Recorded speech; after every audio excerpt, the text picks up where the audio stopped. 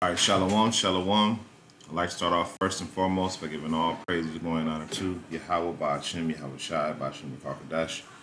Double honor to the elders and the apostles, the great millstone, rule and teach well. Peace, love, salutations, and blessings to those that are doing this work in truth and sincerity. This is your brother Nathaniel from the GMS Camp Atlanta, coming back at you through the Spirit with another quick lesson. I pray and hope this lesson is edifying. I'm just going over some of this news. So this is just another update in prophecy. This is the aftermath. We're going into Turkey and how Turkey, who has been a NATO member since 1952, and I'm going to read it. It says, after the aftermath of the Second World War, Turkey made a historic choice of siding with the free world and the Western Bloc. This policy was led Turkey to become a member of NATO on February 8th, well, I'm going to say 18th February 1952, with February 18th, 1952. Okay, so NATO has been, Turkey has been a part of NATO for 60 years plus, like almost 70 years. Okay, so that's a long time for a country to be a part of NATO. All right, now the issue is that recently Turkey has applied for a membership with BRICS, and this is what BRICS had to say about it. It says, "We welcome Turkey's interest in the BRICS work in the work of BRICS." Putin told Biden at the closed-door meeting, "Undoubtedly, we would fully support this aspiration and desire to be together with countries of this union to be closer," he added. See, so you have all of these other nations that are openly turning against America and the West. Okay, now this is definitely a NATO nation. All right, now this is nothing more than Joel, the second or third chapter, in which we're about to get real quick, and we're going to go over it because what we're seeing here is we're seeing prophecy just come to pass right before your eyes, and then there's other like the economic sanctions, which I'm going to do another lesson about that. But you have the economic sanctions that Russia's putting here on America. All right.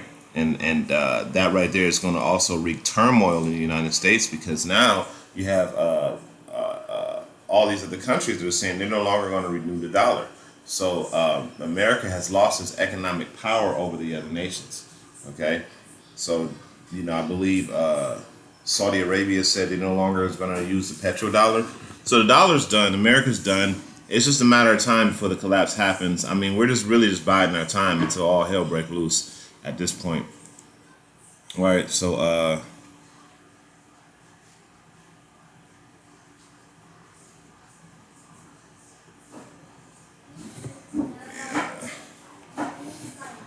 there's a sickle again. This is the second chapter, I believe. Joel, the second chapter.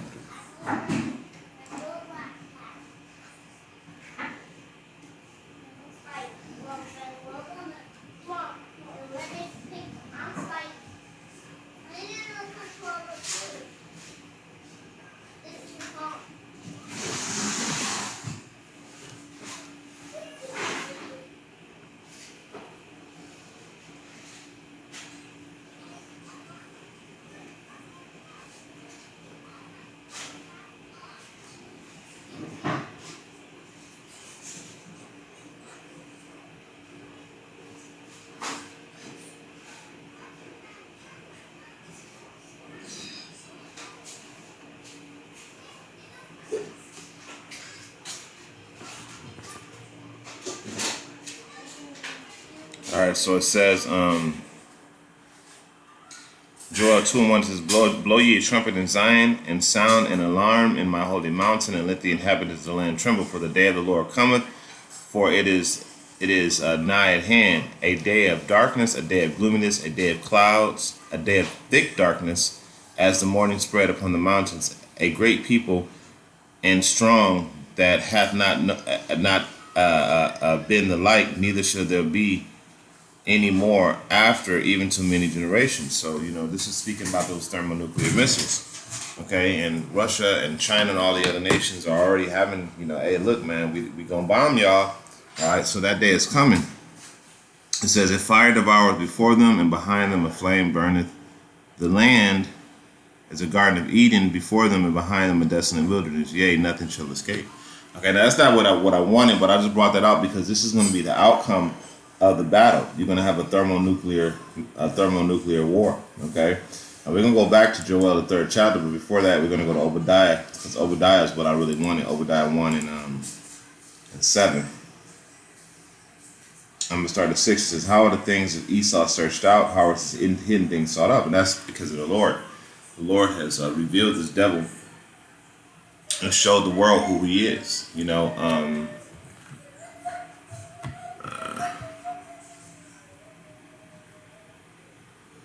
Right. So the Lord has showed the world who this devil is. When you go to Isaiah 25, Isaiah the 25th chapter,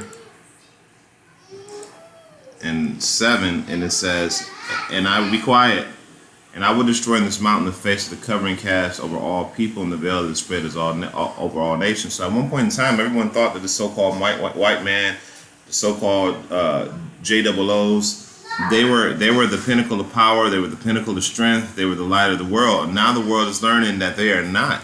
Okay, so that covering cast that would cast over all nations, the Lord has taken that away. All right.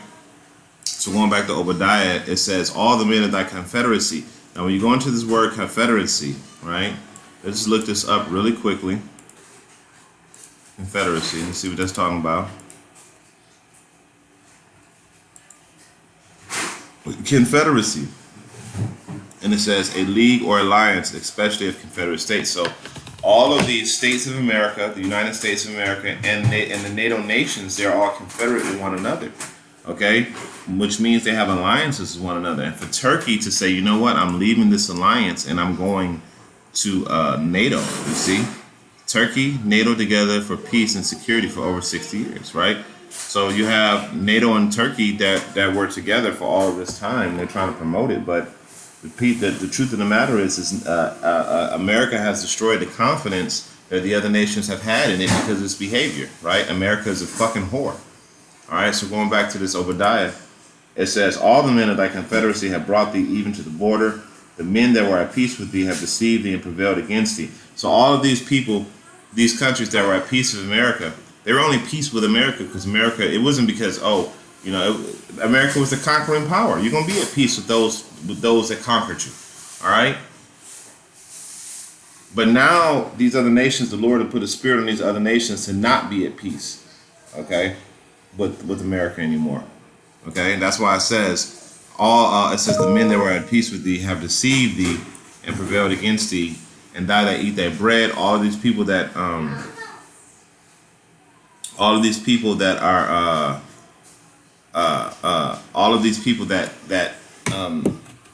have joined America and have taken funding from America and military aid for America, it has gotten weapons from America. All of those countries are now against America. Okay, and it says, "They that eat thy bread have laid a wound under thee; they have none understanding in them." Okay, and it says, "Shall I not in that day, saith the Lord, even destroy the wise men out of Edom and the understanding out of the mount of Esau?" Right, so the Lord is destroying this devil, and He's destroying his confederacies, and He's destroying all of these things to one end. To what end? Joel the 2nd chapter. We just read it. Okay, for those missiles. But we're gonna go back to that Joel, all right, and finish that up. It says, and it says, "And thy mighty men, O Teman, shall be dismayed." And I believe Teman was a chief port in Basra, I believe. Let's just look that up real quick. So basically it's going into Teman is a port in Idumea, located Slovakia. It's in a port that was located in Idumea, which is another way of saying Edom, a Greek way of saying Edom. Okay, so going back, it says, "The mighty man, O Teman, shall be dismayed to the end that every one of the mount of Esau shall be cut off by slaughter." Okay, by slaughter. Why are they going to be cut off by slaughter? Well, because the Lord has a bone to pick with Esau for what he's done to his people and to the earth. Hell, the Lord won't even get a lick in for what he's done to the other nations. You know? Hey, even though the other nations are wicked, hey, it's only so far the Lord will allow your wickedness to go before he'll do something about it. All right? Think about was it the king of Moab? I believe I could have the story. I gotta go back through it. But he burned the bones into ash. I think it was Esau who burned the bones into ash, and the Lord said that was a little bit too much. I mean, to lime, and he said that was too much, so he had to punish him for that.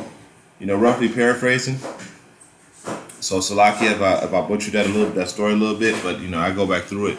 And why did he say that? He said, "For the violence against thy brother Jacob, shame shall cover thee, and thou shalt be cut off forever." You see? So look, it says, and they continue on to verse 11. It says, "In the day thou stoodest on the other side, in the day the strangers carried away his forces, and foreigners enter into his gates, and cast lots upon Jerusalem, even though thou was as one of them." So you were the one, you were for all of the evil that these other nations were doing to us. Okay? So the Lord will get you for that, and you still with it because you allow all these other nations to set up shop all around Jake, right?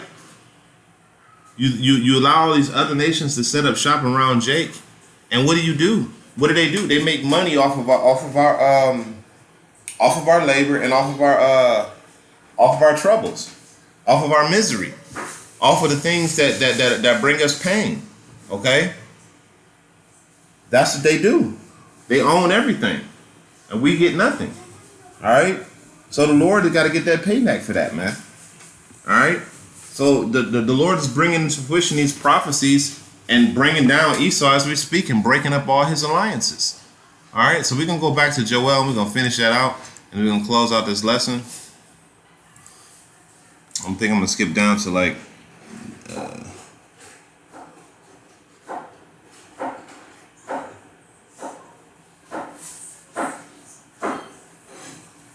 I think I want Joel 3. Yeah, right here. Joel 3. And it says, this is Joel 3:9. It says, "Proclaim this among the Gentiles. Prepare war. Wake up the mighty men." Isn't that what's happening across the world? That everyone is preparing for war. Wake up the mighty men. Let all the men draw near. Let them come up. Beat your plowshares and the swords. All of these different countries, what they're doing is they're spending all of their agricultural and all of their manufacturing monies into their military, into their development of technologically advanced military weaponry.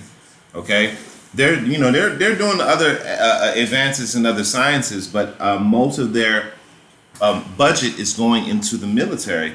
Okay, for defense and for offense. All right, for military weapons and missiles and things of that nature. Okay, it says, "Assemble yourselves and come, all ye heathen, and gather yourselves together round about thither. Cause the mighty ones to come down, O Lord." It says, "Let the heathen be wakened and come up to the valley of Jehoshaphat, for there I will sit to judge all the heathen round about." All right. So, hey, this is the Lord. He is setting this up right before your eyes. He's showing you that he's bringing these prophecies right together, right before your eyes, right? And he is dismantling Esau's alliances and getting him ready to be completely naked and by himself when this destruction happens. All right. So with that, I pray this is an edifying lesson. I'm going to end it off by giving all praise, glory, and honor to Yahweh, Ba'ashim, Yahweh Shai, Ba'ashim, Rakar Kadash. Double honors to the elders and the apostles of the great millstone. And to the next time, I say Shalom, Salakia.